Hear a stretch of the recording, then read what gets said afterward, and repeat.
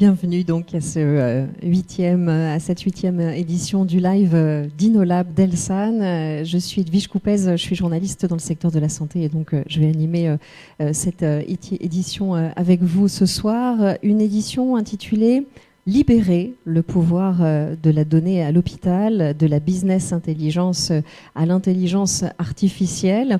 Le live d'Inolab, vous le savez, est le rendez-vous de l'innovation organisé par Elsan chaque année.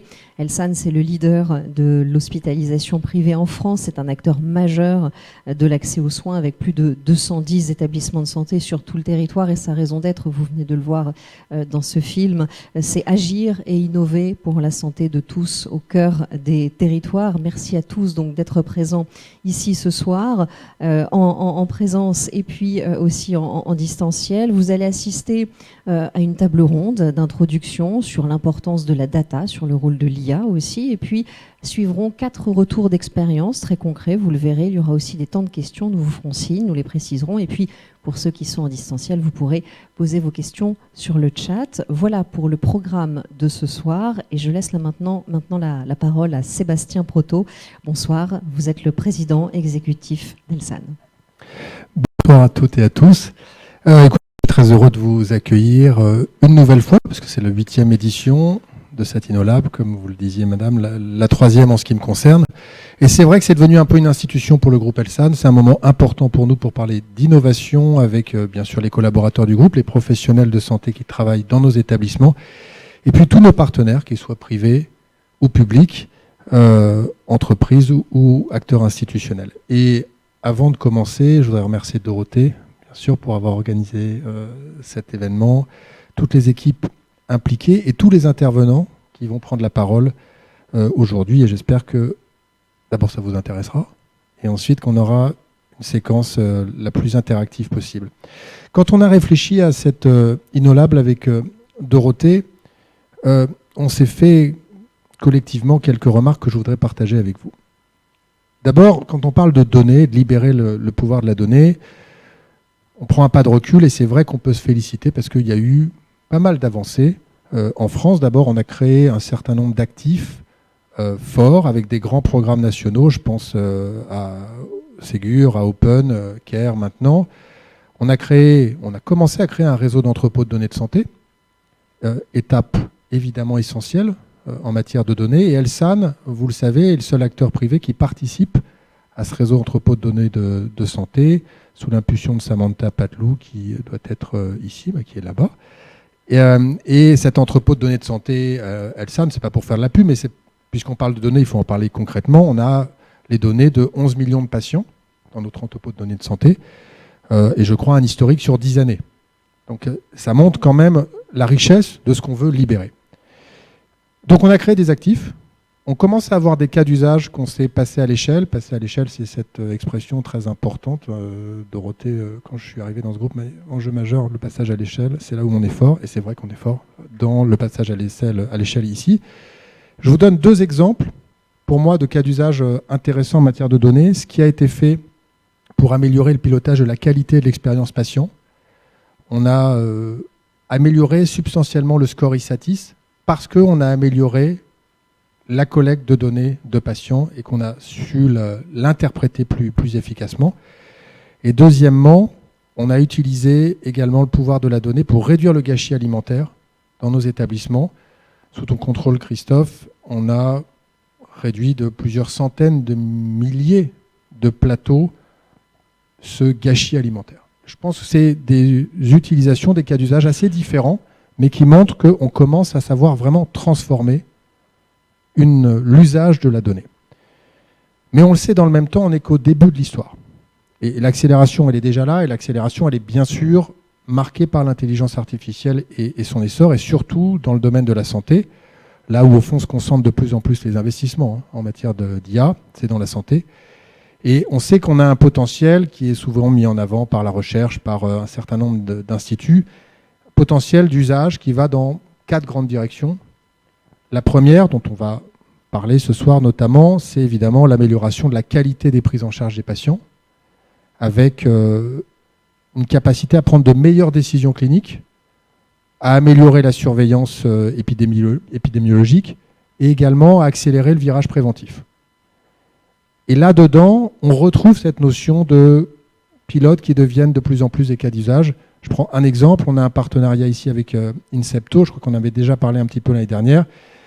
Il a montré toute sa puissance, on a 100 000 patients qui sont passés aux urgences et qui ont bénéficié de l'amélioration de la capacité diagnostique en imagerie. Avant Incepto, il y avait 18% de fractures qui n'étaient pas vues au moment de l'acte radiologique aux urgences. 18%, c'est beaucoup quand même.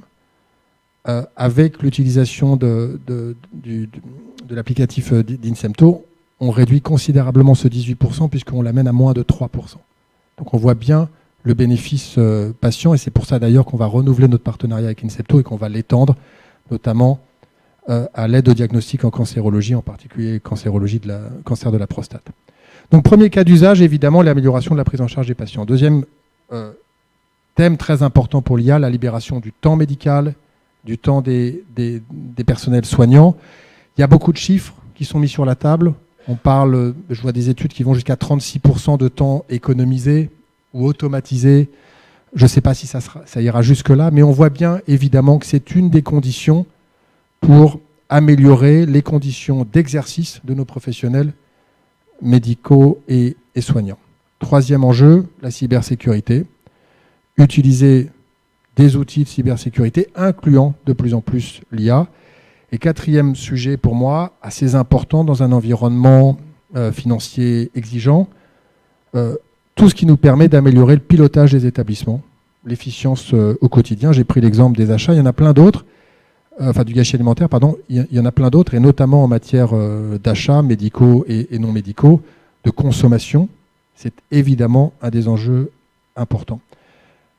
Tout ça, ça ne doit pas nous faire masquer le fait qu'aujourd'hui, il y a 97% des données qui ne sont pas utilisées encore pour la décision. Donc on voit bien que quand on parle de libérer ce potentiel, on est au début de l'histoire, ça s'accélère, mais on est encore au début de l'histoire. Alors, justement parce que ça s'accélère, j'avoue qu'il y a une question, moi, qui me taraude à un moment où les pouvoirs publics nous encouragent à aller plus vite dans l'utilisation des données de l'IA. La question qui me taraude, c'est est-ce qu'on va assez vite en France ? Et c'est vrai que force est de constater qu'en matière de rythme d'adoption de l'IA et de l'exploitation des données, il y a un décalage quand même qui s'est créé entre les États-Unis, l'Europe, la France en particulier. On le voit là encore dans les comparaisons internationales. Il y a beaucoup plus d'établissements de santé qui utilisent l'IA dans le dossier patient, dans les usages administratifs aux États-Unis que chez nous. Et une partie de cet écart est liée aussi à la qualité de l'infrastructure, à sa capacité, l'infrastructure IT, à sa capacité à embarquer, à adopter des solutions d'intelligence artificielle et au fond de traitement massif de données. Alors cette question du rythme, et je voudrais qu'on en parle un peu ce soir, elle est pour moi importante parce que, comme Myriam Combe qui est ici, notre directrice d'affaires médicales, le rappelle souvent, les patients et les médecins ne nous attendent pas.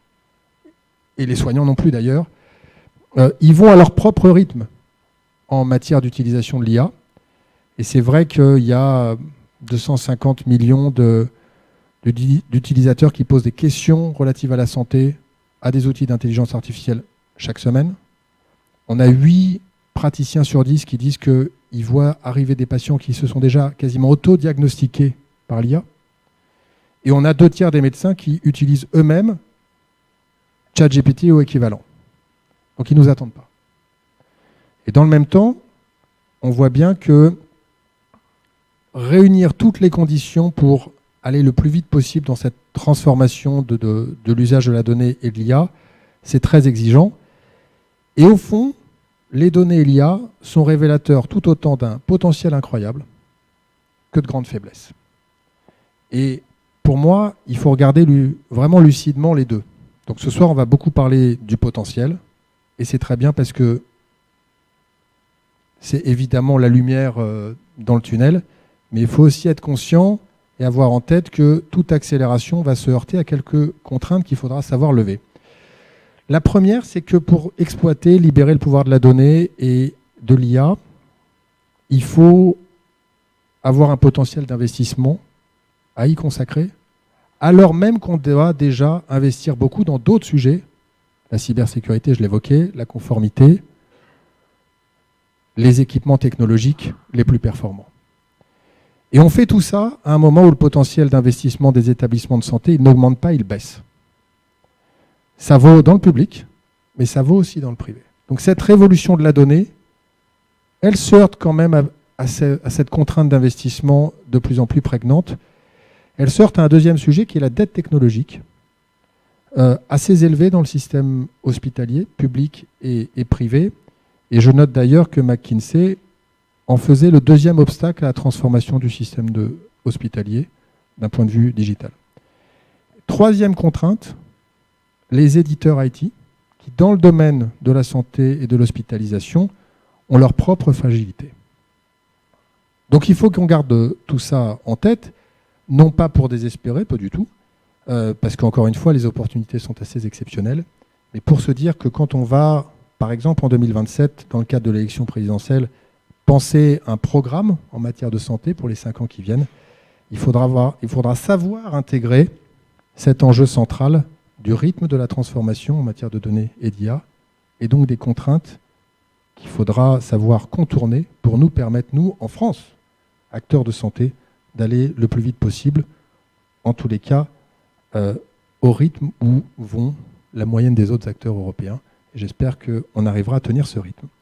Voilà, on va commencer par la première table ronde. Je vous souhaite un très bel InnoLab et surtout, beaucoup de questions-réponses.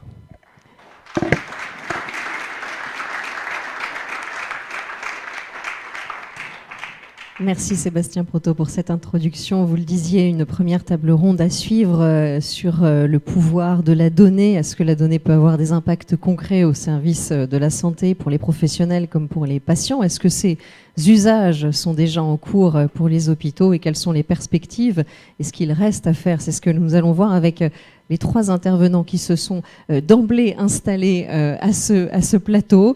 Bonjour à tous les 3. Thomas Daubigny, vous êtes directeur IT et digital d'Elsan. Anaëlle Valdois, bonjour, vous êtes ingénieure en santé, directrice du pôle des usages du numérique et de l'IA à l'ANAP. Un mot de l'ANAP. L'ANAP est une agence publique d'expertise et de conseil qui accompagne les établissements sanitaires et médico-sociaux pour améliorer leur performance globale, en cohérence bien sûr avec les orientations du ministère de la Santé. Et puis, Dr Gaspard Dassigny, bonjour, vous êtes médecin radiologue au CH du Havre et directeur médical et cofondateur de Incepto. Sébastien Proto en a parlé à l'instant. Alors, nous allons voir ensemble un mot de Incepto, peut-être pour ceux qui ne connaissent pas. C'est une entreprise française qui est pionnière dans l'application de l'IA sur l'imagerie médicale, notamment pour accompagner les radiologues et les médecins dans l'interprétation des images et améliorer, vous l'avez dit, la qualité du diagnostic. Alors, je me tourne d'abord vers vous, justement. Incepto, votre plateforme regroupe déjà plus de 30 outils d'IA implantés dans plus de 400 établissements en Europe. En quoi, et nous allons très concrètement rentrer dans le sujet, la data et l'IA sont déjà une réalité dans les pratiques médicales aujourd'hui? Oui, merci Edwige, merci beaucoup pour votre invitation.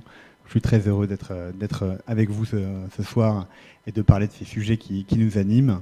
C'est vrai que ça fait 8 ans qu'on travaille un peu d'arrache-pied pour faire en sorte que ces nouveaux outils, ces algorithmes rentrent en médecine, et ils sont arrivés d'abord par la radiologie, parce que technologiquement c'est d'abord l'imagerie qui a été la mieux, on va dire, analysée par ces nouvelles mathématiques, et donc on a acquis de l'expérience. Et l'enjeu c'était, et l'enjeu ça reste, est-ce qu'on peut améliorer les soins avec ces outils-là, et est-ce qu'on peut bâtir aussi des champions français, européens, et donc c'est ce qu'on essaye de faire tous ensemble, et on est très content de ce partenariat évidemment avec Elsan qui a beaucoup de sens pour nous et qui nous permet de bâtir à l'échelle, comme Sébastien nous disait dès le départ.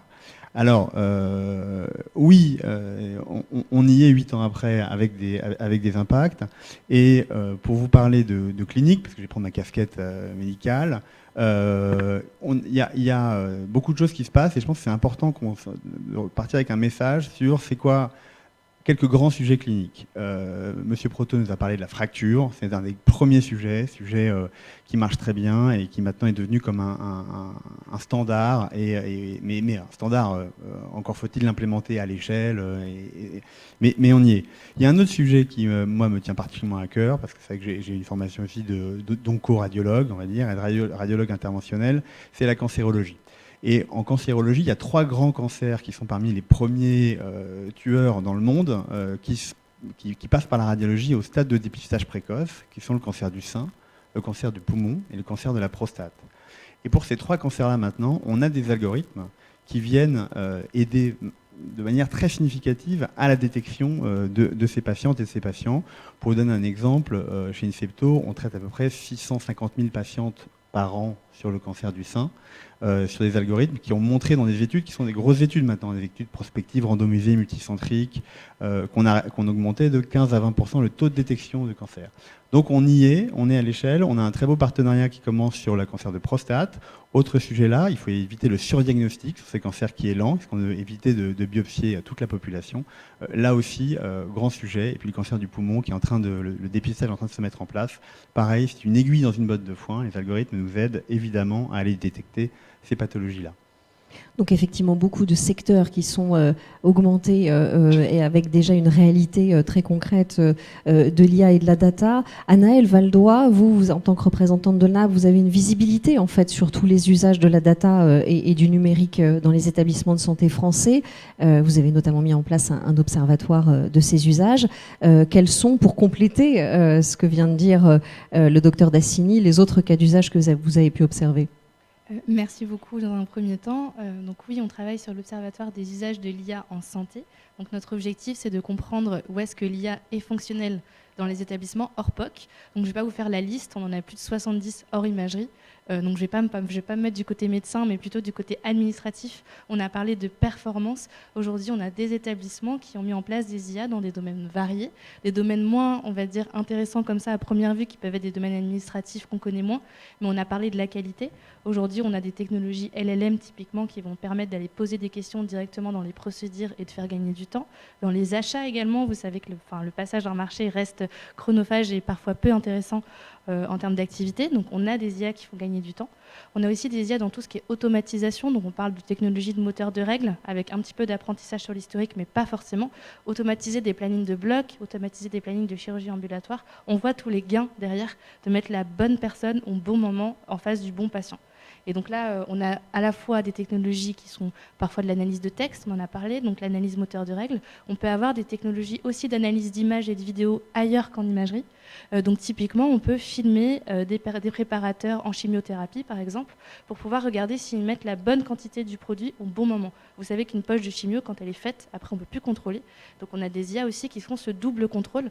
Donc ça pose pas mal de questions, on pourra y revenir, de l'acceptation de la vidéo, que ce soit en chambre, dans le patient, et on ne va peut-être pas aller jusque-là aujourd'hui. Mais c'est assez intéressant, voilà, on a même aussi des technologies de l'image, et après, premier, je m'arrête là, qui vont permettre de prendre en photo l'assiette au-delà du plateau, vous avez parlé de plateau, qui vont permettre de se dire, là, le patient a mangé tant de quantité, et donc cette quantité, ça fait tant d'apports nutritionnels, et d'avoir aussi des liens avec la partie médicale. Et on le verra effectivement dans tous les retours d'expérience qui vont suivre cette table ronde. Merci à Anaëlle. Tobani Domini, vous êtes responsable de la transformation digitale du groupe Elsan. Qu'est-ce qui marche très concrètement aujourd'hui dans les établissements du groupe en termes de solutions digitales ? Oui, merci. À Elsan, déjà, pour faire fonctionner tous ces beaux cas d'usage et tout ce qu'on vient d'entendre ici, nous, ce qui a été déjà hyper important à mettre en place, c'est de faire circuler la donnée. C'est ça qu'on dit libérer la donnée, c'est de la faire circuler de façon sûre, de façon compréhensive et alignée à des process.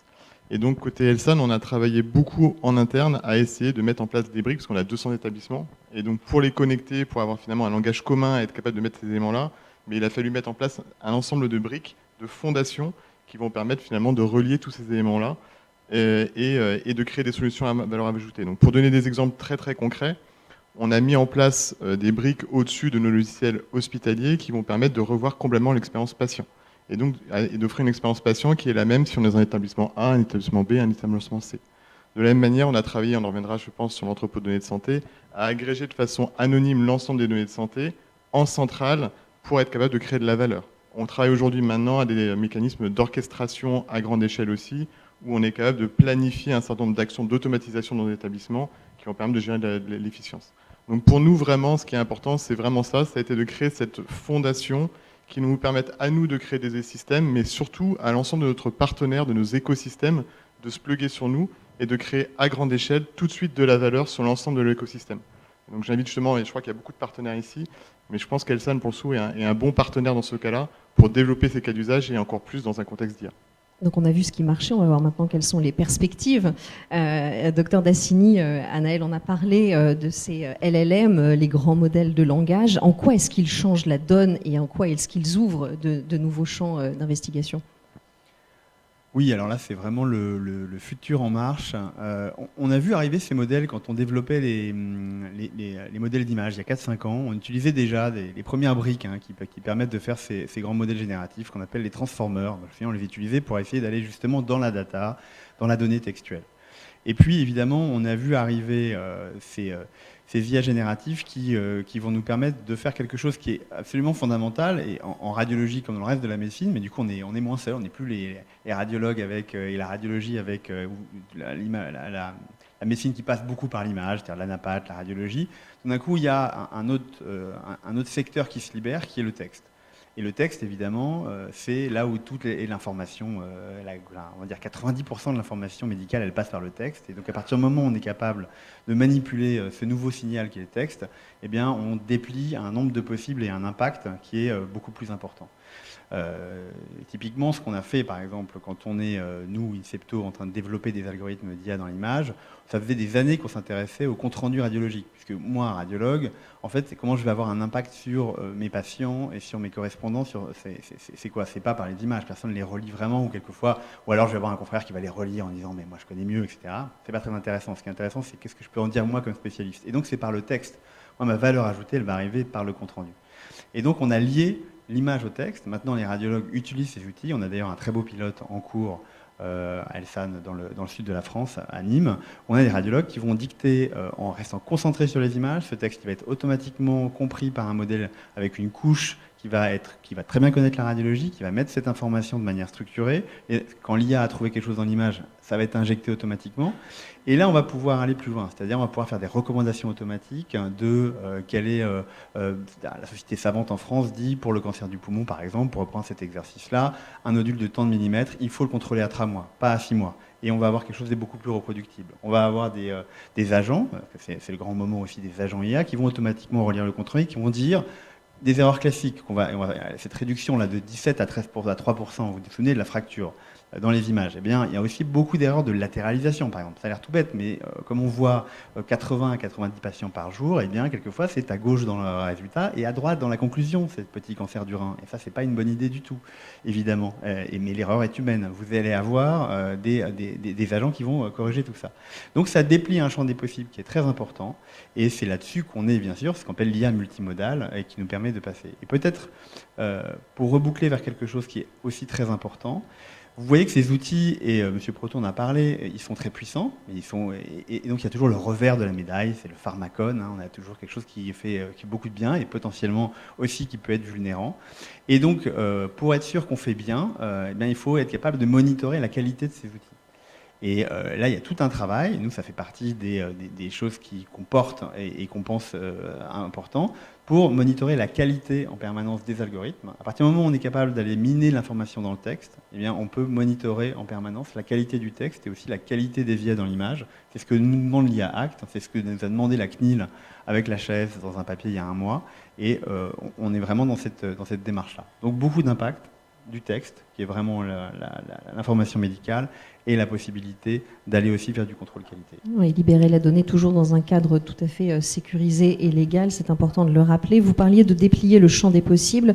Anaël Valdois, vous accompagnez la performance globale des établissements de santé avec l'ANAP. Est-ce que tous ces déploiements, finalement, se font facilement ? Qu'est-ce que vous observez ? Alors non, effectivement, l'IA n'est pas magique et je suis désolée de le dire comme ça ce soir. On a parlé beaucoup de la donnée. Dans un premier temps, ce qu'on remarque, c'est en fonction de la maturité de l'établissement dans l'accès à la donnée, on a des difficultés plus ou moins importantes à mettre en place un projet. Typiquement, on a un établissement auquel je pense aujourd'hui qui a mis en place un concentrateur de données. En 3 jours, il a mis en place une start-up d'IA qui avait fonctionné ailleurs. Dans un autre établissement, ça a mis 1 an et demi. Donc c'est pas la technologie aujourd'hui la barrière. Vous avez parlé d'infrastructure, c'est aussi les process derrière. Nous, potentiellement ici, on sait ce que c'est qu'un LLM, on sait ce que c'est que la technologie. Mais bon, après, expliquer à peut-être un soignant sur le terrain, oui, il utilise de l'IA sur Insta, mais à part ça, comment faire en sorte que d'un côté perso, ça rentre en tout cas dans sa pratique professionnelle, la conduite du changement, elle n'est pas à négliger, et encore plus sur des projets d'IA. Donc c'est peut-être le premier point. Deuxième point, alors là aussi c'est trivial, comme dans tout projet, mais ça m'est encore arrivé il y a 2 jours, il y a des établissements qui oublient de mettre les métiers en tout cas dans la conduite du projet. Donc si vous ne mettez pas notamment sur un outil d'IA dans la qualité, la direction qualité dans le projet, ça ne peut pas marcher. Même si votre technologie elle est parfaite, que vous avez les données, c'est sécurisé. Bon voilà, donc ça c'est des règles de base qui continuent encore, et ça peut paraître étonnant dans les projets d'IA. Et le troisième point, c'est qu'on néglige l'impact de l'IA sur la transformation de nos métiers. On a un radiologue aussi à droite, alors je n'ai pas parlé de l'imagerie, mais parlons d'un autre sujet, peut-être un peu plus, on va dire, en médico-social, ou en tout cas dans des services à séjour long. Quand vous avez des IA qui vont observer dans les chambres, qui vont détecter les chutes, ça va changer votre pratique. C'est ce qu'on appelle souvent l'effet tunnel. Donc on va aller voir le patient quand il y a une alerte. Vous voyez tout de suite, vous tirez le fil, ça change tout, on arrête les tours de soins, on s'organise différemment, puis après on se rend compte que, en fin de compte, c'était peut-être pas ça le besoin du patient derrière, c'était peut-être pas ça le besoin derrière du salarié aussi. Donc il faut travailler sur, je mets un outil, mais il y a un impact derrière. On a parlé d'évaluation de qualité clinique, mais on ne parle pas forcément d'évaluation sur les métiers. Et nos pratiques, elles vont changer, ça peut être pour le bien, mais ça peut être aussi comment elles vont changer, comment j'accompagne. Et donc le côté management du changement, il est absolument, on l'a déjà dit, conduite du changement, mais là je réinsiste, le management du changement, ne l'oubliez pas sur ces sujets-là. Merci Anaëlle. Et en conclusion, Thomas Daubigny, justement, comment est-ce que vous portez cette conduite du changement dans les établissements du groupe Elsan ? Non, je suis complètement aligné avec ce qui a été dit. Je pense que Elsan est vraiment convaincu que cette révolution agentique et de l'IA va avoir un impact majeur, à la fois sur comme tu le disais, sur les process, sur les organisations, sur les workflows. Et donc ça pose beaucoup de questions qu'on est en train de réfléchir en interne, à la fois sur déjà de garder une bonne boussole, se le dire à chaque fois que c'est dans un intérêt soit de qualité des soins, soit de faire gagner du temps de soins pour les soignants. Je pense que ça, c'est hyper important d'avoir cette boussole dans un premier temps. Le deuxième temps, c'est de se dire tout de suite, c'est quoi, comment je passe à l'échelle, encore une fois, je pense que c'est un peu le fil rouge, mais c'est un peu le sujet aussi. Et pour passer à l'échelle, encore une fois, il va falloir travailler sur 3 sujets. Un, d'avoir la bonne architecture, la bonne interopérabilité des données, sinon on n'y arrivera pas. Et ça, encore une fois, je pense que Elsan, on a construit un certain nombre de sous-jacents qui vont permettre de faire ça. Et le deuxième, c'est exactement ce que tu disais, c'est de réfléchir vraiment sur les process, sur l'organisation, mais dès le début, et pas commencer à mettre finalement une organisation associée à de la technologie, mais commencer à réfléchir à comment ça va s'intégrer dedans, et de façon intégrée, en intégrant le change management dès le début et en embarquant tout le monde pour avoir vraiment l'impact qu'on cherche tous sur ces opportunités. Vous vouliez réagir Oui, juste peut-être pour compléter une petite réaction. On a souvent plein d'idées de technologies qu'on peut plaquer sur un process compliqué, mais parfois il faut peut-être se dire qu'il faut simplifier le process et qu'on n'a pas besoin de l'IA. Et ça, on le voit beaucoup. Merci pour cette conclusion de cette table ronde introductive. Table ronde qui pose bien les enjeux qu'on va maintenant décrypter en détail dans les 4 retours d'expérience qui vont se succéder. Et le premier retour d'expérience que nous allons voir ensemble, c'est sur l'expérience patient. Comment améliorer l'expérience patient dans le soin ? Pourquoi la donnée est importante ? Comment la piloter ? Comment l'automatiser ? Pour vous en parliez, Monsieur Proto, redonner du temps d'action aux soignants et pour quel impact, bien sûr. C'est ce que nous allons donc voir avec les 3 intervenants qui sont en train de s'installer à mes côtés. Bienvenue à tous les 3. Docteur Myriam Combe, vous êtes chirurgienne vasculaire et directrice de la stratégie et des relations médicales chez Elsan. Florian Kiyak, vous êtes adjoint de la direction de la qualité chez Elsan. Et Ayoub Elbab, bonjour, vous êtes directeur Data et BI, Chief Technical Officer Data, IA, RPA chez Elsan. J'ai tout dit. Alors, docteur Combe, je me retourne vers vous. Vous pilotez donc le développement des parcours de soins chez Elsan. Est-ce que vous pouvez déjà peut-être nous donner rapidement toujours une définition de ce qu'est l'expérience client, et puis après on verra pourquoi c'est important de prendre en compte toutes les interactions dont vous allez parler. Je vais déjà plus parler d'expérience patient, mais... Patient, excusez-moi. Moi, je voudrais commencer par définir ce que ça n'est pas, déjà. L'expérience patient, ce n'est pas de la satisfaction. C'est-à-dire la satisfaction, c'est je suis content du repas, ce qui n'arrive jamais en fait. Et, non, pardon. Donc la satisfaction, c'est ça, je suis content du repas, les gens étaient gentils. Non, c'est pas ça. L'expérience patient, c'est est-ce que j'ai eu une information? Est-ce que j'ai reçu mes papiers? Est-ce que j'ai été bien orienté? Oui, non. Ça, c'est de l'expérience. Ça n'est pas de la satisfaction. Donc déjà, c'est important, ça n'est pas de la satisfaction. Et après, l'expérience patient, c'est important parce que ça va, et on va le voir à quel point c'est important, c'est l'ensemble des interactions que le patient va avoir avec l'ensemble de la structure, mais aussi avec tous les niveaux d'interaction. Que ça soit le site web, que ça soit l'application pour réserver sa chambre, que ça soit les documents qu'on va lui remettre, que ça soit l'ensemble de son parcours. Donc l'expérience patient, c'est toutes les expériences qu'il va faire au travers de ces interactions qu'il va avoir avec l'ensemble des éléments lors de son parcours. Et on voit bien que cette expérience, elle va bien au-delà des murs physiques de l'établissement. Et donc on voit bien que l'établissement va bien au-delà de ces murs physiques. Et pourquoi c'est important de prendre en compte toutes ces interactions dans cette expérience patient?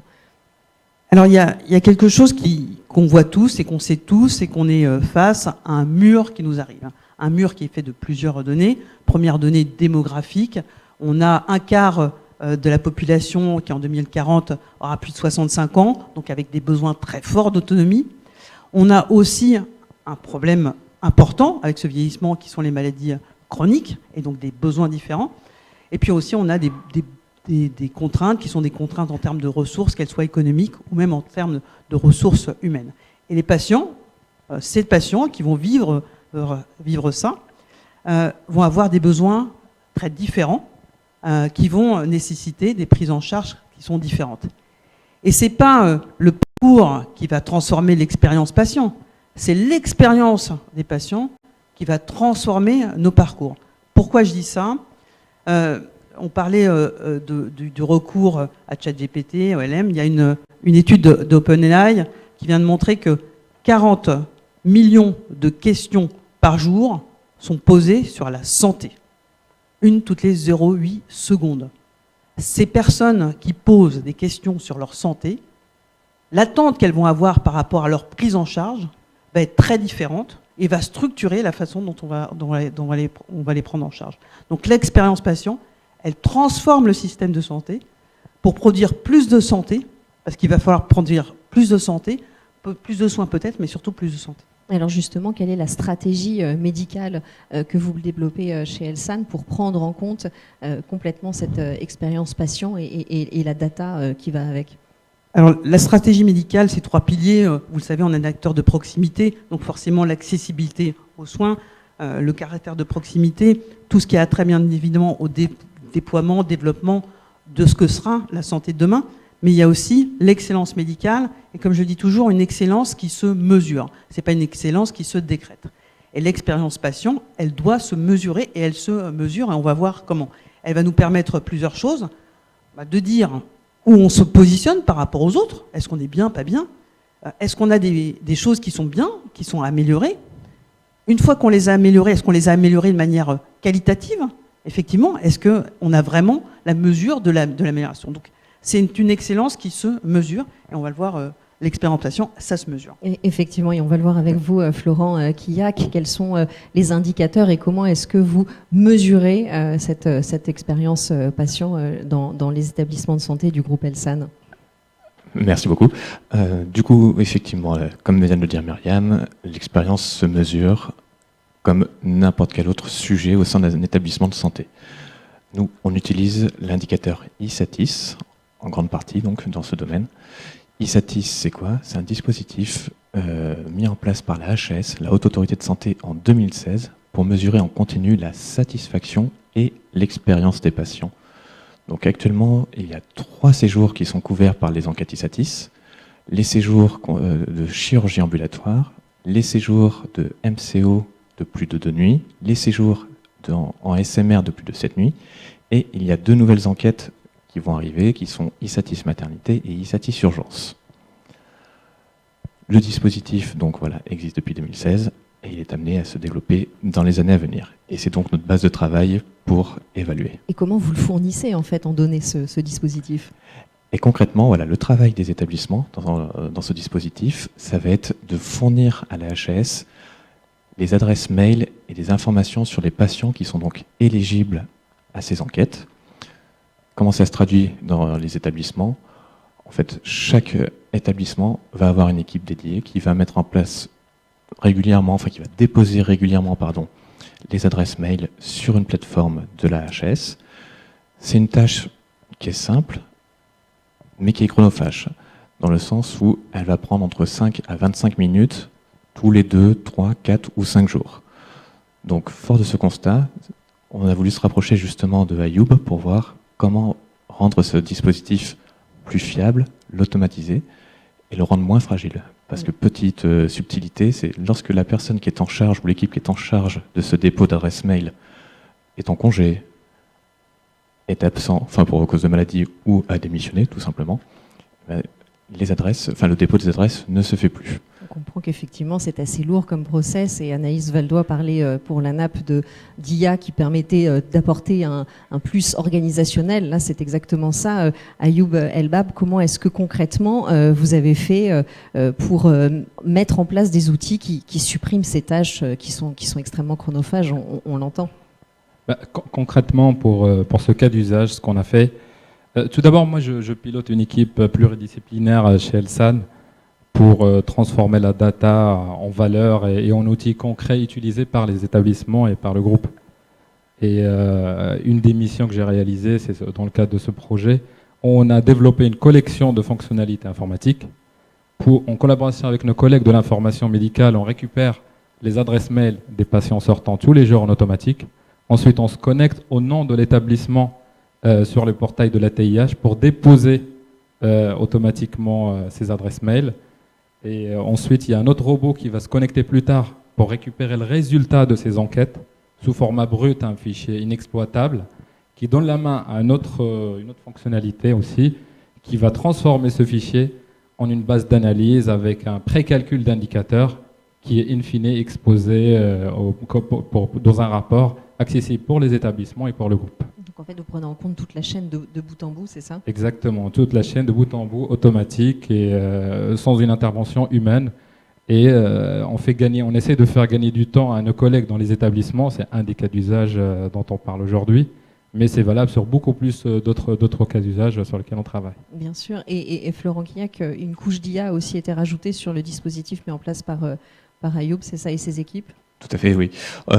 En plus donc du suivi des scores à ces différentes enquêtes ISATIS, on a rajouté une petite couche d'IA via notre partenaire BetterWorld en particulier, ici présent, qui consiste donc à introduire l'analyse des commentaires patients, parce que chacune de ces enquêtes laisse la possibilité aux patients de s'exprimer via des verbatims.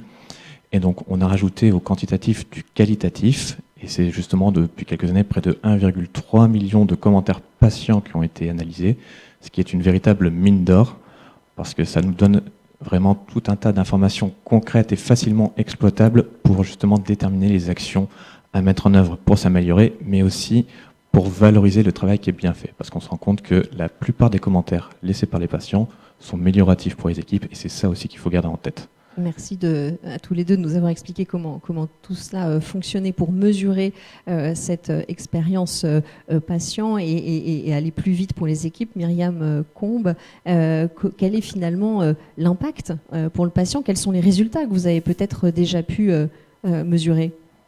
Alors, si on regarde les résultats ISATIS, ce score national, c'est le même pour tous les établissements en France.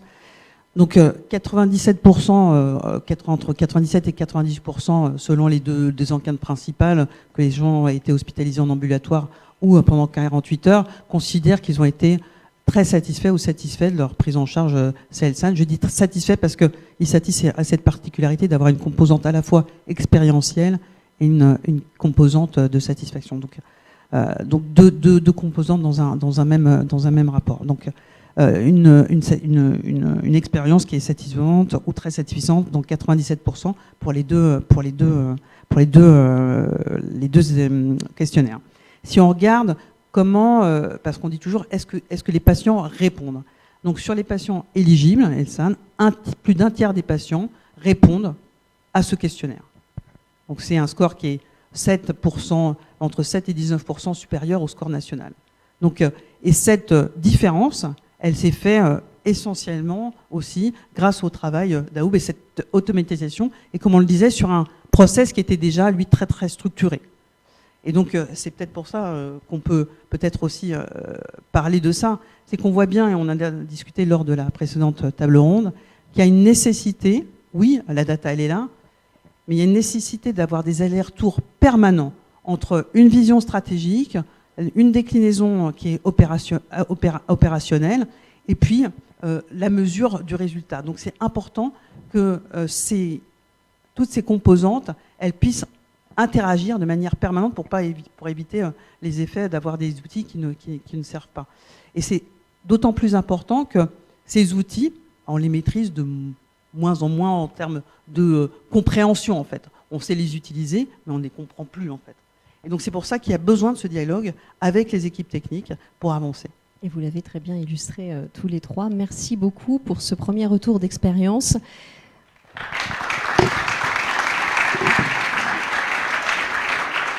Nous allons maintenant voir en quoi le partage de ces données permet de mieux soigner par la recherche. Un deuxième retour d'expérience qui va se faire en vidéo. Vous pourrez les découvrir sur votre écran et sur les écrans ici. Comment l'entrepôt de données Elsan permet d'accélérer la recherche et de renforcer le pilotage médico-économique en toute sécurité.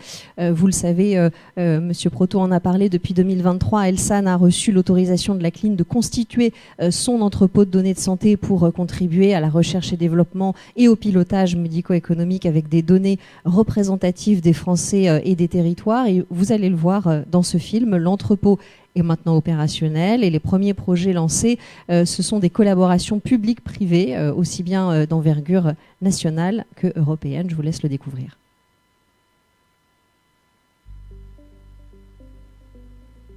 Le système de santé, il fait face à des enjeux de transformation majeurs qui vont nous imposer de faire différemment en faisant plus de soins, mais surtout en faisant plus de santé.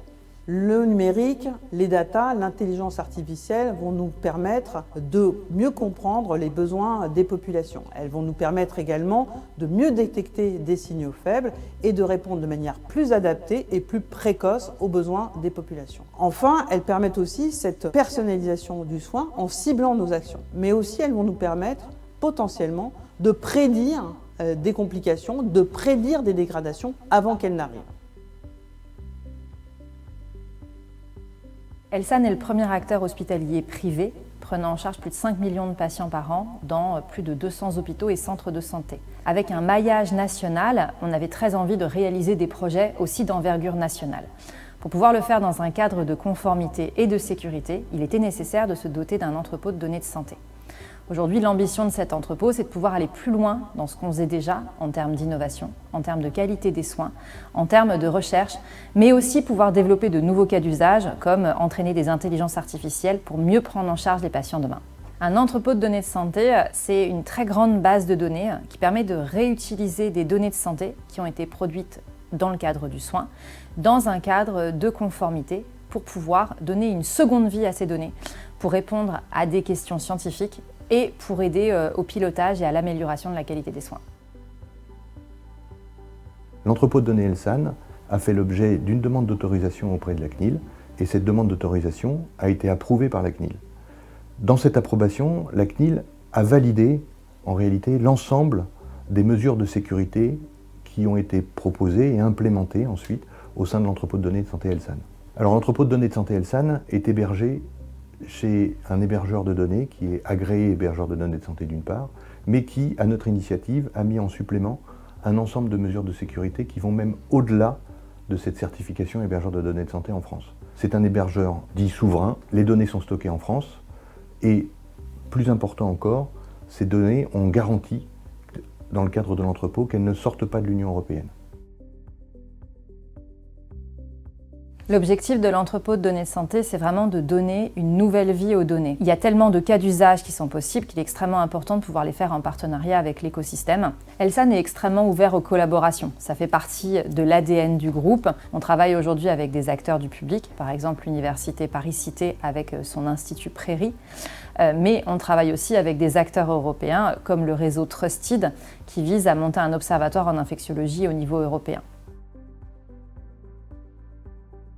The dream that we have in Promptly is to have all European data accessible for research, for medical improvement, for AI again, in a way again that keeps sovereignty, that keeps people in control, but that doesn't limit the potential. We want to keep giving access to the next medical breakthroughs, and that's only possible if you have people joining the clinical trials, if you have pharma companies investing in Europe, making sure that new developments and innovations come to Europe, and we want patients to get access to those, right? And we believe that data is an accelerator for that to happen. One of the use cases that we propose to the consortium is infectiology, so the ability to use databases from multiple providers in different countries in Europe to train models to predict the next wave of pandemics. So RSV, COVID-19, and flu. Just because we don't want the same thing to happen as it did with COVID. I think we're trying to revolutionize the way in how healthcare systems prepare for those complex diseases and the next wave of the pandemics. Les données de santé, on s'en sert pour entraîner des modèles, pour réussir à comprendre des populations, les décrire finement à partir de caractéristiques qu'on va avoir dans la base de données et dont on va comprendre les interactions, les corrélations, etc. Et puis on va en faire des modèles longitudinaux par exemple, où on va être en capacité de décrire des populations dans le temps. Et on va aussi être en capacité de créer des nouveaux patients qui auront certaines caractéristiques spécifiques pour générer des cohortes. Il y a beaucoup d'insuffisants rénaux chroniques dans la population, de l'ordre de 2 à 3 millions en France. Il faut avoir une approche populationnelle puisque ça concerne un grand nombre de personnes. Néanmoins, il faut aussi avoir une approche de médecine personnalisée pour adapter les thérapeutiques spécifiquement à chaque patient. On réfléchit souvent sur les études de recherche clinique qui sont des données en quelque sorte parfaites dans des situations extrêmement cadrées et caractérisées. C'est très différent des données en vie réelle dans lesquelles on va avoir des parcours de soins très diversifiés qui collent rarement parfaitement pour ce qui est de la compliance aux médicaments, pour ce qui est de la correction des différents facteurs de risque, hypertension, protéinurie. Et donc ce sont des données en réalité beaucoup plus fiables. Donc, ces informations-là, elles vont être structurées dans l'entrepôt. La donnée sera enrichie et complètement utilisable. Les jumeaux numériques, c'est votre double, mais virtuel. C'est-à-dire qu'il va vous ressembler en tout point, que ce soit des caractéristiques socio-démographiques, que ce soit des caractéristiques médicales, biologiques, ce qui va permettre de prédire l'évolution de votre maladie. Et l'intérêt, c'est d'avoir un caractère dynamique, c'est-à-dire qu'à chaque consultation, on va pouvoir réévaluer votre pronostic en fonction des derniers éléments.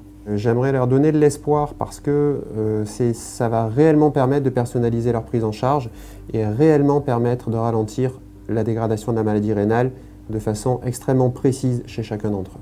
L'entrepôt de données de santé d'Elsan s'appuie sur une gouvernance solide, où chaque instance joue un rôle complémentaire. Cette organisation garantit une valorisation scientifique des données de santé dans un cadre exigeant d'éthique, de sécurité et de conformité.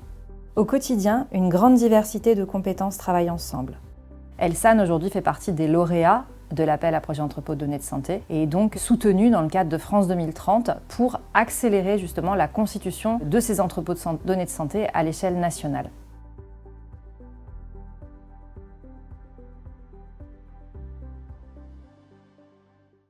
Voilà pour l'entrepôt de santé.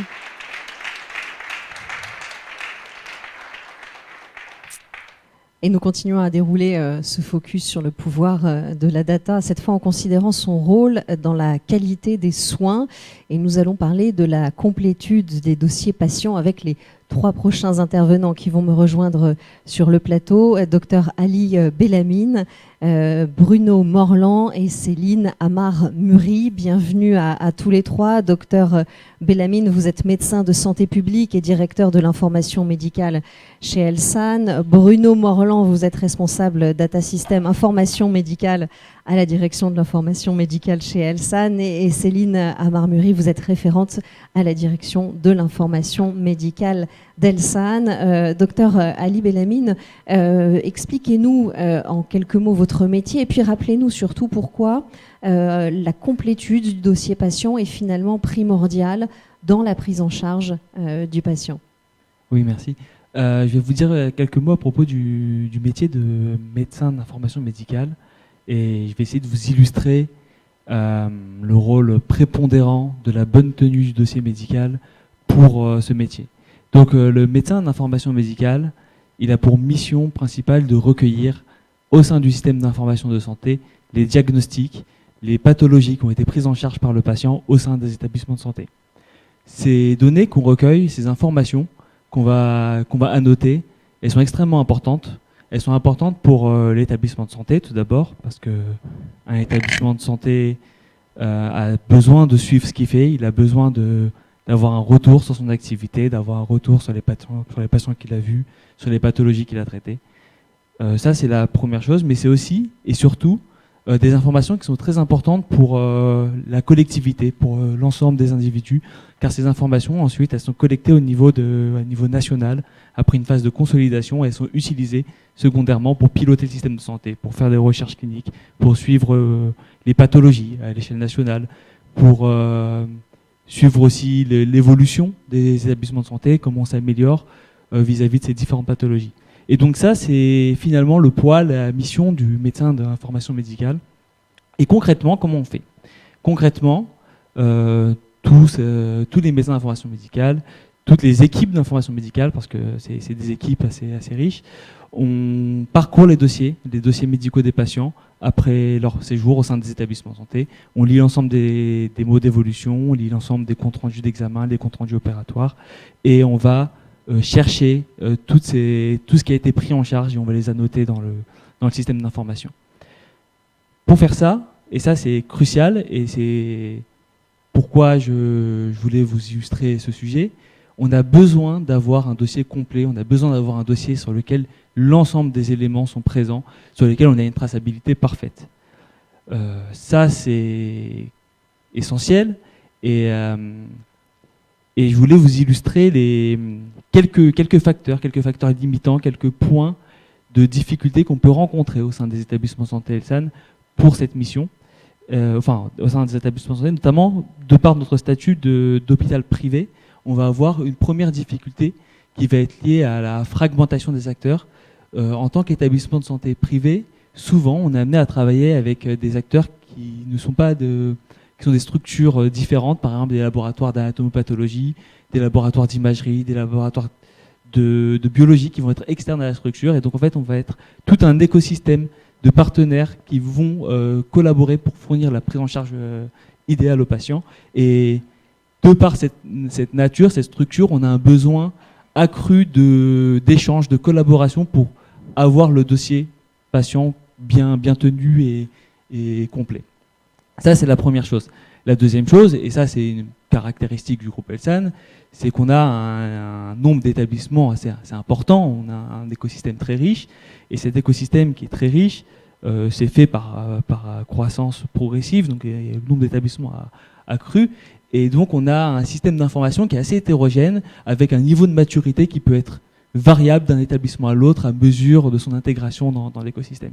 Et donc on va avoir à la fois des dossiers patients informatisés très hétérogènes avec une grande variabilité de logiciels et un nombre de partenaires importants. Et c'est ce cocktail qui fait qu'on va avoir un enjeu majeur de suivi et de complétude du dossier patient. Merci de nous avoir brossé ce tableau et on voit qu'entre la fragmentation et l'hétérogénéisation de ces dossiers patients, effectivement, ça rend le travail de vos équipes complexe. Céline Amar-Muri, vous accompagnez au quotidien les techniciens qui travaillent à la complétude de ces dossiers. Comment est-ce que vous surmontez les problématiques que vient de présenter le docteur Bellamine ? Alors déjà, moi, ce soir, je représente donc les techniciennes de l'information médicale qui travaillent en étroite collaboration avec les médecins DIM dans nos établissements de santé. Comme Ali l'a précisé, c'est vrai que la complétude du dossier, elle remplit trois grandes exigences: la continuité et la qualité de nos soins. Ça, c'est vraiment la première grande partie.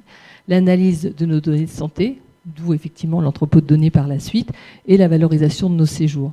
Donc le PMSI, les techniciennes se doivent de récupérer l'intégralité des informations de ce dossier. Ça peut être des comptes rendus opératoires, des comptes rendus d'hospitalisation.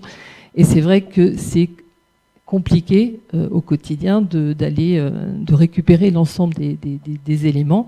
Et il faut souvent aller récupérer auprès des secrétariats, auprès des praticiens, des médecins, relancer énormément les professionnels de santé pour nous assurer de la qualité, de la complétude de ces dossiers pour qu'effectivement, à la fin, on puisse donner et transmettre des données d'information médicale en cohérence avec le séjour du patient.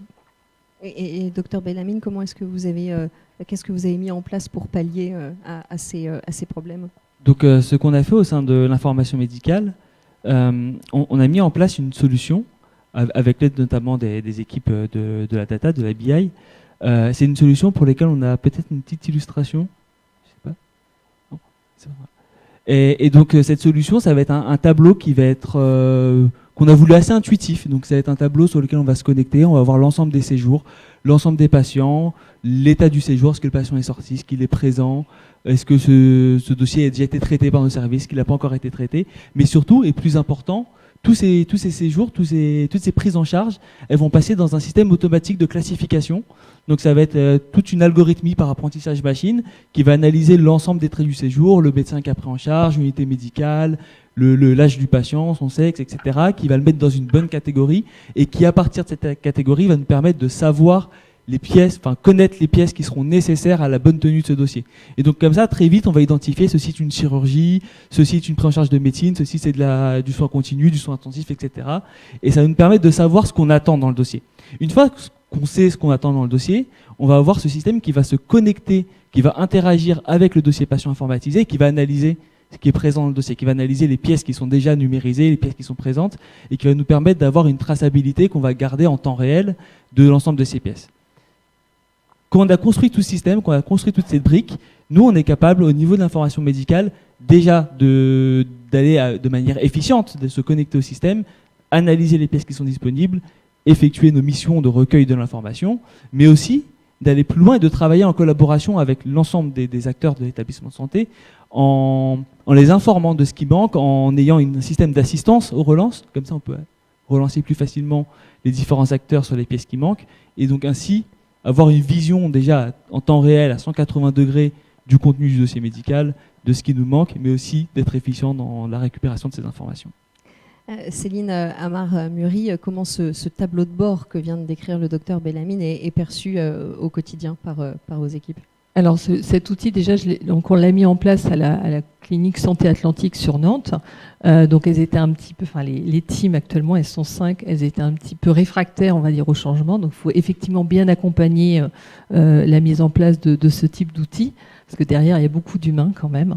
Et effectivement, ça nous a énormément changé la vie, parce que initialement, pour pouvoir coder, regarder la complétude d'un dossier, on devait ouvrir systématiquement tous les dossiers, et ce plusieurs fois par semaine. Et donc, avec ce tableau de bord, on a quand même quelque chose de beaucoup plus efficient et beaucoup plus facile à gérer. Ça permet effectivement de tirer des listes, de sortir des listes de dossiers qui sont codables, parce qu'effectivement, les éléments sont bien listés dans le dossier. Et puis, effectivement, par rapport au team, on peut filtrer par compétence, par typologie de dossier, et donc on peut arriver à être beaucoup plus efficiente sur la partie de travail au quotidien de l'équipe. Donc c'est vraiment un bon outil. Donc il y a encore des petits couacs, il y a encore des choses à faire, Ali, bien sûr. On repère effectivement des petites anomalies qu'on fait remonter régulièrement, et puis on essaie l'idée d'améliorer l'outil. Donc voilà, il a plein de bonnes choses. Et surtout, c'est qu'il va nous aider à être plus efficient sur la partie relance, pour pouvoir relancer les praticiens qui ne font pas leur compte rendu, pouvoir relancer effectivement les laboratoires qui oublient d'envoyer les résultats d'Anapat. Donc tout ça, ça va être un outil au quotidien qui va le permettre vraiment d'être efficient et qui va nous faire gagner beaucoup de temps. Donc on voit bien effectivement, en vous entendant, le rôle central de la donnée dans ces dossiers patients. Bruno Morland, vous êtes responsable data system. Comment est-ce que vous faites remonter toutes ces données au sein du groupe Elsan ? Oui, bonjour à tous. Ben, justement, comme on l'a bien compris, un des fondements de ce projet et un des facteurs clés, c'est la data, c'est la donnée. Et il faut être en capacité de la récolter, il fallait être en capacité de l'exposer de manière fiable, pérenne, et puis surtout aussi harmoniser quels que soient les sourcings et les outils hétérogènes de tous les établissements, et puis aussi actualiser de manière quotidienne. Donc pour ce faire, on a développé des outils. Les outils et les solutions data, elles ont été développées en interne par non seulement les équipes, toutes les équipes Elsan, et ce qui a permis justement ce qui nous permet d'être pérenne, d'être réactif, d'être agile et d'être évolutif, d'être totalement indépendant vis-à-vis des éditeurs ou des prestataires. Et d'ainsi d'avoir la maîtrise de la data de manière souveraine.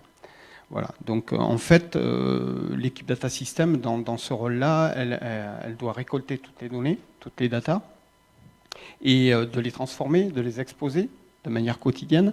Et au-delà des aspects techniques qu'on comprend bien, il faut aussi bien connaître les aspects fonctionnels, les outils en établissement, leur fonctionnement, leur spécificité, et aussi toute l'interopérabilité, on en parlait tout à l'heure, de manière à connaître un petit peu le voyage de la donnée et comprendre bien évidemment quand il y a un couac ou quoi que ce soit, comprendre où est-ce que ça a pu bloquer par exemple. Donc en fait, concrètement au quotidien, ce qu'on fait, c'est qu'on gère la récupération des données sur la totalité du périmètre dont on a besoin. On gère aussi la fiabilité de la data parce que par une exploitation monitoring, des contrôles qualité fonctionnels au quotidien pour vérifier qu'effectivement elle est bien fiable. Et ensuite on la transforme, on l'harmonise justement pour rendre ces données harmonisées, quels que soient les outils sources qui sont totalement hétérogènes dans tous les établissements.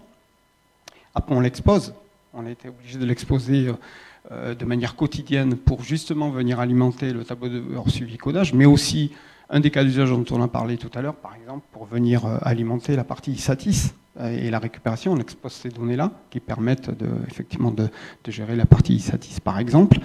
Et puis, on l'expose concrètement. Et puis en fait, en intégrant aussi l'ensemble des exigences de sécurité et de conformité RGPD, bien évidemment, de manière on est hébergé dans un HDS, enfin un hébergeur agréé de santé en cloud privé. Et puis voilà. J'ai fait un petit peu le tour de tout ce qu'on faisait. Et c'est une équipe pluridisciplinaire aussi sur toutes des data ingénieurs et puis avec une bonne connaissance fonctionnelle également.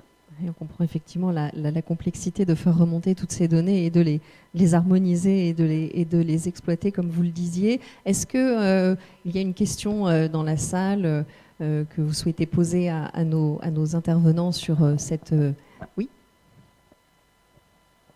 Juste derrière. Bonsoir. Je voulais vous poser la question de l'automatisation des relances dont vous parliez, puisqu'un jour votre outil fonctionnera parfaitement, vous verrez les documents manquants. Est-ce que vous enverrez les mails automatiques au laboratoire d'Anapat ? J'ai employé le terme d'assistance, et je l'ai volontairement choisi. L'idée étant d'accompagner la personne qui effectue la relance jusqu'au bout de la chaîne, mais la décision finale d'envoyer le message à tel ou tel interlocuteur est prise par la personne qui l'envoie. Donc en fait, l'idée, c'est qu'on a un système qui collecte l'information, qui indique ce qui est présent, qui indique ce qu'il faut relancer, qui prépare l'envoi des mails, qui va assister, c'est-à-dire qui va générer les emails. Mais par contre, à la fin, on veut quand même que les personnes qui font les relances aient la main finale dessus pour toujours éviter justement qu'on ait un système qui dérape, ou qui envoie la mail aux mauvaises personnes, etc. En gardant en tête quand même que ça reste une information de santé, le fait qu'on nécessite une nappate, donc il faut bien savoir à qui on l'envoie et qu'on l'envoie correctement, quoi. Merci beaucoup. Une autre question peut-être ici, rapidement, et puis ensuite on passera au 4e retour d'expérience. Bonjour, je vais rester sur votre exemple. Pour la nappate, comme vous dites, un compte-rendu d'un nappate, mais normalement le compte-rendu d'un nappate ira automatiquement chez le professionnel. C'est celui qui a demandé la biopsie ou... Si c'est décidé, effectivement, c'est ce que vous disiez, à partir du moment où... C'est même obligatoire normalement. Il ne peut pas aller en privé ou quoi que ce soit. Théoriquement, ça va chez le professionnel de santé pour dire voilà le résultat de la biopsie, etc. Et à ce moment-là, ça va rejoindre la question que je voulais vous poser. Comment ça se fait que ce n'est pas codé dès le départ? Parce que c'est le professionnel qui réceptionne la réponse. Je peux bien comprendre la question.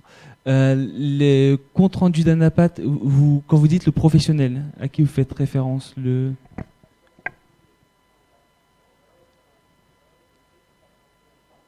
Oui, donc oui, bien sûr. Donc le compte rendu nappate, il doit arriver à destination du professionnel de santé qui a effectué l'examen et il est réceptionné dans le système d'information de l'établissement de santé, car il fait partie du dossier médical qui a fait l'objet de la prise en charge.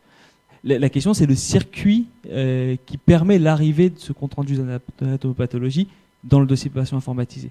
Aujourd'hui, il va y avoir une grande, selon le niveau de maturité de l'établissement de santé, il va y avoir une grande maturité de ce circuit. On va avoir un circuit papier, du courrier, on va avoir un circuit email par mail sécurisé, on va avoir des circuits par interopérabilité qui, eux, sont parfaits en principe, sauf quand l'interopérabilité est HS, qui peut arriver exceptionnellement. Et donc, selon ce circuit, on va avoir une plus ou moins bonne collecte du document. Et typiquement, sur un circuit papier, il peut arriver que ce document va arriver tardivement ou qu'il ne va pas arriver, puisque des erreurs peuvent arriver. Et dans ce cas-là, il faut qu'on le réceptionne, qu'on le collecte. Et donc, on fait de la relance. Merci à tous les trois et merci pour vos questions. Nous allons entendre le dernier et 4e et dernier retour d'expérience de ce live d'InnoLab. Et nous en avons déjà un petit peu parlé. Nous allons parler maintenant du gaspillage alimentaire qui a un impact environnemental majeur dans le secteur de la santé. Alors pourquoi et comment réduire ce gaspillage alimentaire à l'hôpital? Quels sont les enjeux environnementaux? Quel impact aussi bien évidemment dans l'expérience patient? Et comment est-ce que la donnée permet de meilleurs résultats? C'est ce que nous allons voir avec vous. Christophe Musset, bonjour. Vous êtes directeur exécutif transformation et hospitalité chez Elsan. Et Ludivine Cachard, bonjour. Vous êtes directrice adjointe de la polyclinique Vauban à Valenciennes, du groupe Elsan également. Christophe Musset, vous aviez déjà piloté, pour ceux qui étaient au live d'InnoLab précédemment, le pilotage des consommations énergétiques du groupe. Aujourd'hui, vous vous engagez donc sur la réduction du gaspillage alimentaire. Est-ce que vous pouvez nous en dire plus sur ce problème concrètement à l'hôpital? Bonsoir à tous. D'abord, en introduction, je voudrais partager une conviction. Je pense qu'aujourd'hui, nous ne vivons plus dans une ère de surplus. Je crois qu'on apprend plutôt à être en mode survie dans une ère de pénurie. C'est un côté vertueux. Le côté vertueux, c'est que ça nous oblige à lutter contre le gâchis. Vous avez parlé de l'énergie. On a fait un énorme travail sur les plans de sobriété énergétique. Et effectivement, on s'attaque au gâchis alimentaire parce que je pense que c'est dans notre ADN, vraiment, de lutter contre le gâchis. Pour nous, il n'a pas sa place, il n'a plus sa place. Sur la restauration, juste pour donner quelques éléments d'enjeu, parce qu'on va parler du gâchis dans le secteur de la santé, mais pour mettre le sujet à plat, si vous me permettez, la restauration collective en France, le gâchis, selon l'ADEME, l'étude qui a été faite, donc tout secteur confondu, les cantines scolaires, la restauration d'entreprise et bien sûr l'établissement de santé. Le gâchis alimentaire, par an en France, il représente 1 milliard de repas. Donc on est capable de nourrir 70% de la population chinoise ou indienne une journée. C'est colossal. Quand on regarde le secteur de la santé, et Elsan en particulier, chez Elsan, on sert 4 millions de repas par an. Et si on applique les ABAC de l'ADEME, lorsqu'on a étudié le sujet, on s'est dit que l'enjeu pour nous, il est à peu près de 400 tonnes de déchets par an. Donc, ça représente aussi en impact carbone la consommation d'à peu près 500 véhicules par an. Hein. Voilà l'enjeu. Donc l'enjeu, il est important. Et après, c'est important de dire qu'il y a deux sources de gâchis. Il n'y en a pas qu'une. En fait, le sujet est complexe. Il y a une première source qui est que dans nos établissements, le plateau est préparé, mais il n'est pas servi. Vous allez me dire, comment c'est possible? Un exemple très simple, le plateau a été préparé, mais le patient est sorti. Mais la donnée qui indiquait le patient est sorti n'est pas arrivée à temps et est arrivée trop tard. Donc c'est un premier exemple, le plateau est préparé, il n'est pas servi. Et le deuxième exemple, c'est le plateau, il a été servi, mais il y a des déchets alimentaires sur le plateau.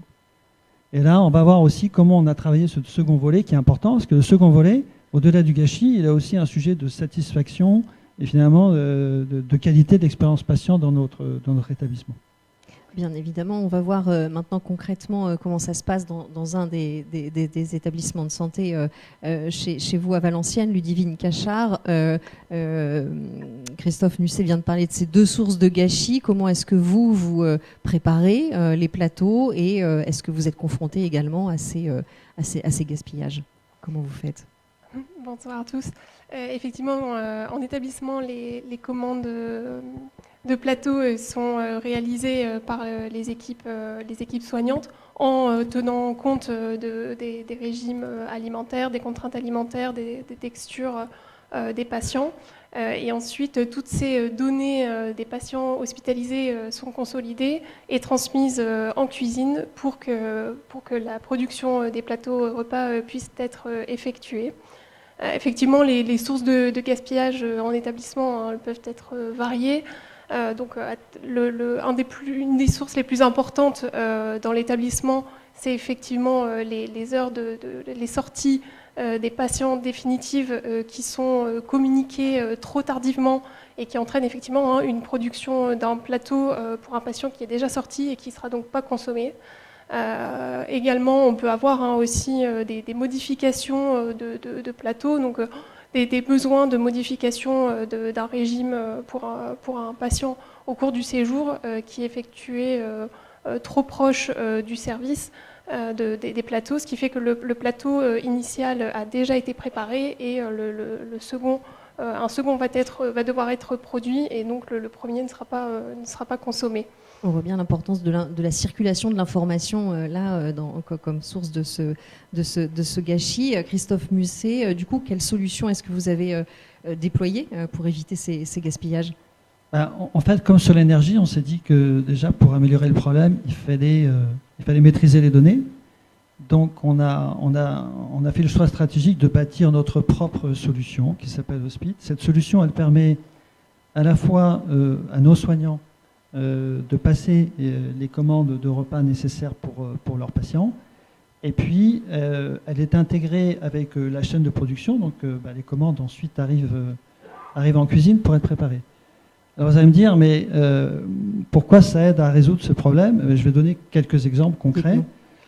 Le premier, dans les établissements, avant d'avoir cet outil, il fallait déclarer le nombre de repas nécessaires pour le déjeuner du midi à 9h30. Quand vous déclarez à 9h30, les praticiens n'ont pas eu le temps de faire le tour dans les services pour déclarer qui peut sortir. Donc, à 9h30, vous produisez des plateaux en trop. Donc, avec cette solution, comme cette solution, elle permet d'avoir un flux en temps réel de données entre la commande et la cuisine, elle permet de faire gagner du temps et donc de repousser les heures butoirs de 9h30 à 10h30. Et ça fait une différence colossale. Parce que 10h30, les praticiens ont eu le temps de passer dans les services et on a donc le temps de mettre à jour les données et notamment les patients qui sont sortis. Ça, c'est le premier axe. Le deuxième, c'est que sur le gâchis, on ne peut pas s'améliorer si on n'a pas la visibilité du sujet.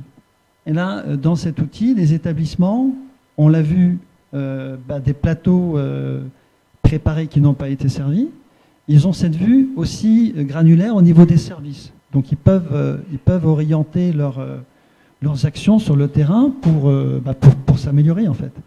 Donc le pilotage, il permet beaucoup d'améliorer le gâchis. Et le troisième, c'est que quand vous n'avez pas d'outils et que vous n'avez pas confiance dans vos données, qu'est-ce que vous faites? Vous mettez une petite contingence. Donc vous dites, comme on n'est pas très sûr des données, et on ne veut pas qu'un patient n'ait pas de plateau, évidemment, eh bien on va en commander plus. Mais là, quand on a un outil qui est fiable, avec des données en temps réel, cette culture d'avoir une sorte de stock de sécurité, elle disparaît. Parce qu'avant, les stocks de sécurité, beaucoup, ils finissaient à la poubelle, en fait. Donc voilà comment l'outil aide à réduire le gâchis avec quelques principes simples. Qui paraissent simples, et effectivement. Oui. Est-ce que cet outil a été bien accueilli? Comment est-ce que vous l'avez mis en place concrètement à Valenciennes?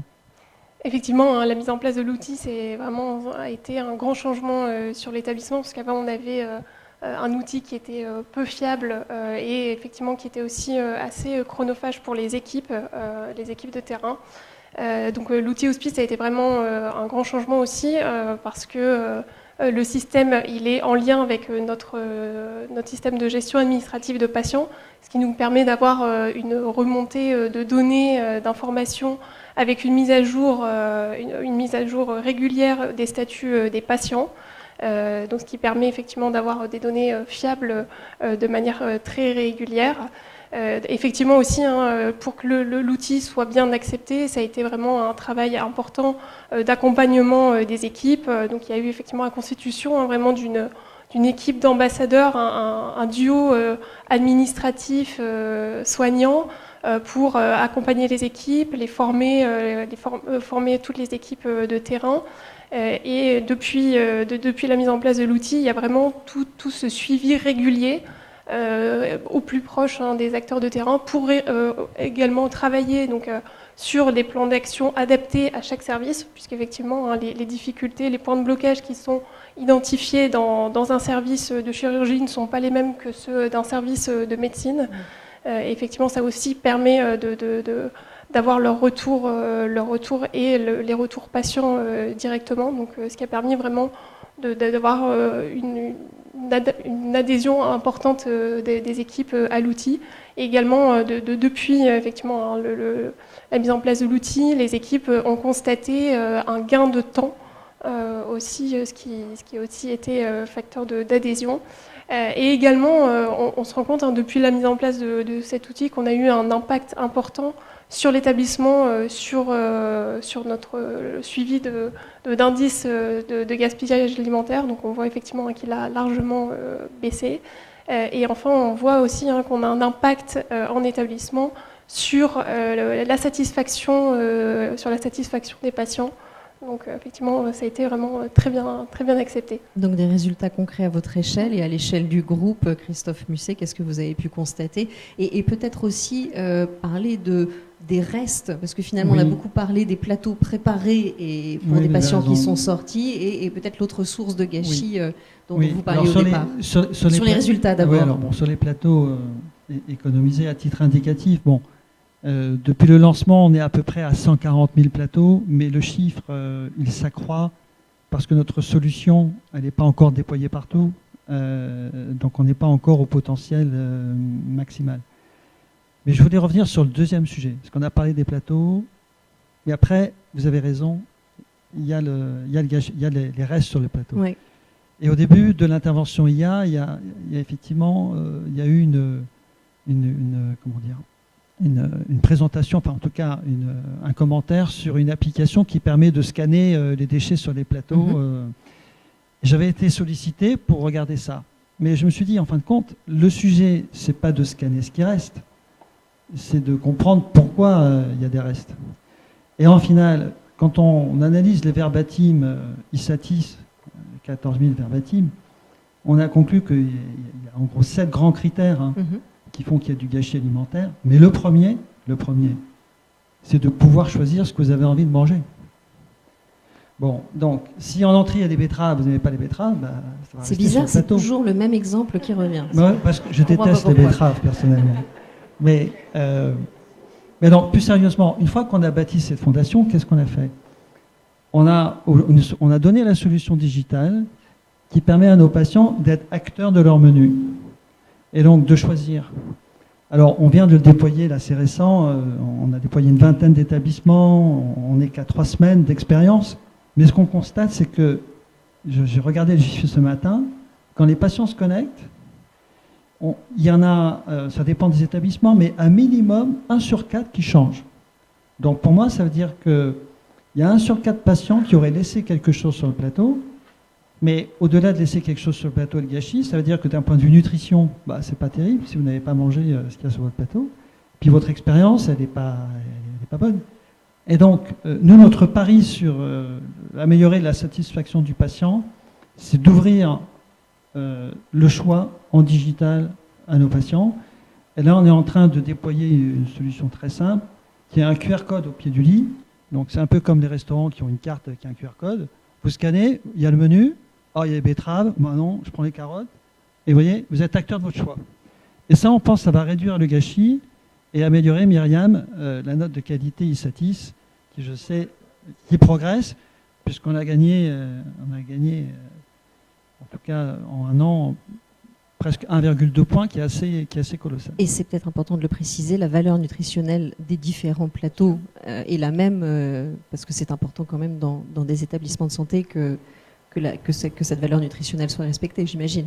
Alors, sur le respect de la valeur nutritionnelle, effectivement... Qu'on ne puisse pas choisir tous les jours des frites à la place des betteraves, pour parler très concrètement. Sur les valeurs... Alors d'abord, j'aurais dû préciser que le choix, on ne le permet bien sûr qu'aux patients qui n'ont pas de contraintes de régime alimentaire. Donc il y a un lien avec le dossier patient informatisé dont on a parlé. Oui. C'est uniquement pour les patients qui n'ont pas de contraintes. Voilà. Et après, votre deuxième point, sur le respect des grammages, on est maintenant à 60% passé en mode agroalimentaire, qui a l'avantage d'avoir des grammages normés. Parce que quand vous êtes en cuisine traditionnelle, parfois vous n'en mettez pas assez, parfois vous en mettez trop, là c'est normé. Et c'est ça aussi qui nous permet de passer dans une logique à la carte, puisque du coup on est capable au niveau de la production de s'adapter au choix du patient. Voilà. Donc ça, on change un peu le paradigme, il faut être modeste parce qu'on est encore qu'au début, mais je pense que ça aura un impact à la fois sur la qualité et sur le gâchis. Merci pour cette explication. Est-ce que nous avons des questions dans la salle pour conclure ces retours d'expérience ? Apparemment pas. Je vais donc vous remercier tous les deux. Et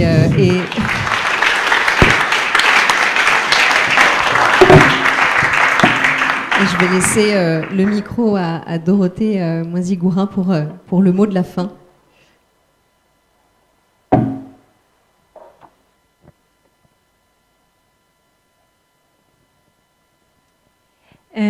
Donc j'ai la lourde tâche de conclure cette soirée et un peu de faire le résumé de ce qu'on a appris tous ensemble. D'abord, ce que je voulais vous dire, c'est que je pense que on le savait déjà, mais cette soirée l'exemplifie encore plus. La data, c'est plus une question, puisqu'elle est partout. Ça fait déjà un certain nombre que collectivement on la travaille. Mais finalement, ce qui compte aujourd'hui, c'est d'en développer les usages. Et donc, on en a pu en voir des très concrets aujourd'hui. Alors des cas d'usage du quotidien, alors certains trouveront ça peut-être moins sexy que de travailler des cas d'usage au service du médical. Évidemment, on en a plein, des cas d'usage au service du médical, mais je pense que c'est important de travailler la data sous toutes ses formes, sous tous ses états, et ces cas d'usage-là au quotidien, ils sont très importants, ça a été cité par l'ANAP. On doit travailler aussi sur ces éléments-là, et parfois, paradoxalement, c'est ceux qui sont les plus en retard, alors que c'est ceux sur lesquels parfois la donnée est la plus disponible. Donc ça, c'est le premier point. Le deuxième point, et ça, Myriam nous l'a rappelé, je pense que ces cas d'usage, ils sont intéressants à partir du moment où ils ont de l'impact, et cet impact, on doit le mesurer collectivement. Parce que ça ne se décrète pas. Et donc, je pense que vous avez pu voir au travers de ces quelques exemples comment on mesure ça au quotidien et comment la donnée, elle vient aussi nous aider à mesurer ces impacts-là. Le troisième point, on l'a déjà dit en introduction avec Sébastien, mais notre prisme à nous, c'est le passage à l'échelle. Et donc, ce qui nous intéresse, c'est d'identifier quels sont les cas d'usage qui vont toucher l'ensemble de nos établissements et qu'on va pouvoir déployer très largement. Après avoir dit tout ça, qu'est-ce qui est le point commun de succès entre tous ces projets? En tout cas, quand j'ai interviewé un peu pour préparer cette soirée tous les intervenants, j'en ai trouvé quelques-uns. Le premier, je pense que vous l'avez vu, c'est la proximité entre la technologie et les métiers, donc de manière très pluridisciplinaire. Et je dirais que ça va même plus loin, c'est-à-dire qu'on a vraiment des métiers qui aujourd'hui de plus en plus comprennent la technologie, et ça c'est hyper important, parce que c'est un peu le premier pas pour identifier les cas d'usage.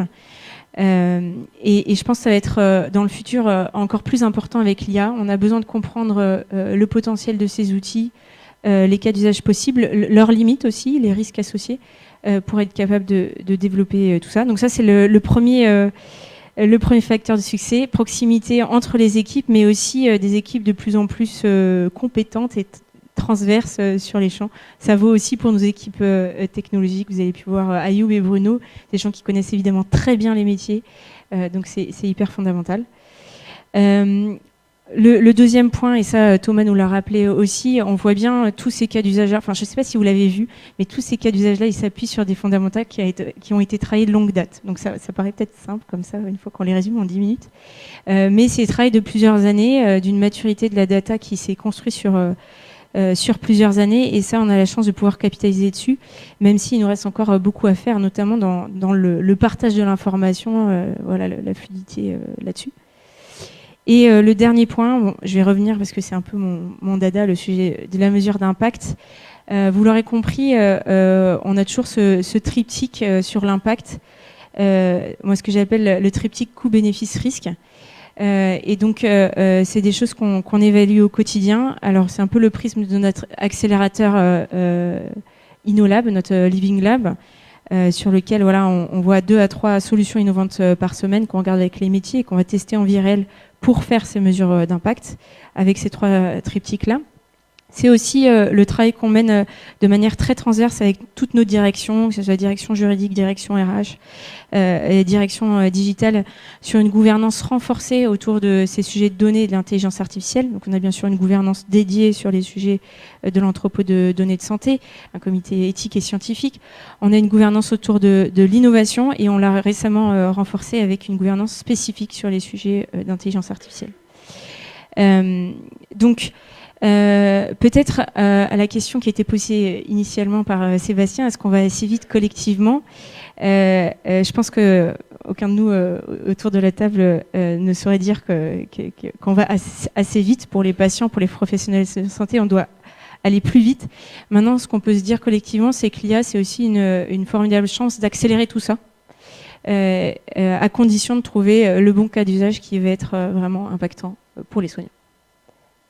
Vous avez un petit mot de remerciement peut-être à ajouter? Je te remercie de ne pas me laisser oublier. Je voudrais remercier tout d'abord tous les intervenants, nos partenaires médias, notamment Health & Tech, Mindhealth et Hospimedia, et enfin tous ceux qui ont contribué à l'organisation. Et puis merci à toi, Edwige, d'avoir formidablement animé cette soirée.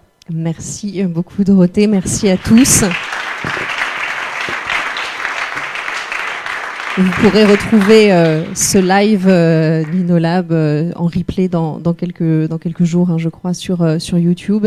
Et puis, vous aviez prévu, voilà, si vous avez les contacts et les différentes informations que vous pouvez scanner, qui sont affichées et que vous pouvez voir, vous qui nous avez suivis en ligne. Merci à tous et très bonne fin de soirée.